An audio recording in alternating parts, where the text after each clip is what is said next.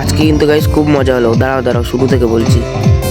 তো গাইস আজকে ছিল হচ্ছে আমাদের এখানে পিকনিক। তাই আমরা পিকনিকের যেরকম বাজার করতে লাগে, বিরিয়ানি মেনু রয়েছে আর চিকেন চাপ, ওর জন্য আমরা চলে গেছিলাম বাজারে যাওয়ার পর কিন্তু গাইস আলু, পেঁয়াজ, আরও টমেটো, ধনেপাতা, লঙ্কা, আদা, রসুন সব কিন্তু গাইস কিনে নিয়েছি।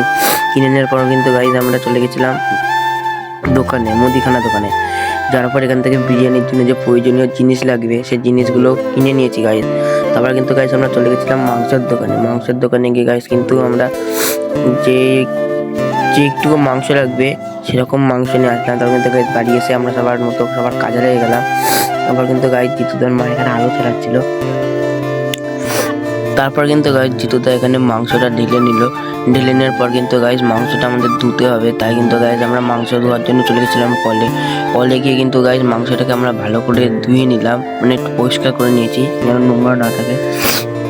তারপর কিন্তু গাইস আমাদের এই মাংসটাকে ম্যারিনেট করার পর কিন্তু গাইস আমাদের এখানে উনুন জ্বালিয়ে নিল, বিরিয়ানির ইয়েটা বসাতে হবে। আর কিন্তু গাইস এগুলো করতে করতে অনেকটা রাত হয়ে গেছিলো।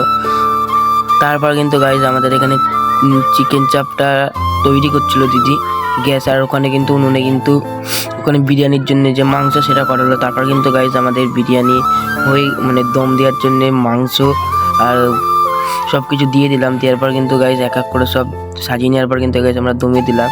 তারপর কিন্তু গাইস আমরা সবাই মিলে খেতে বসলাম। আর আজ কিন্তু বিরিয়ানিটা খুব ভালো হয়েছে। আর যারা নতুন তারা চ্যানেলটা সাবস্ক্রাইব করে দিও প্লিজ।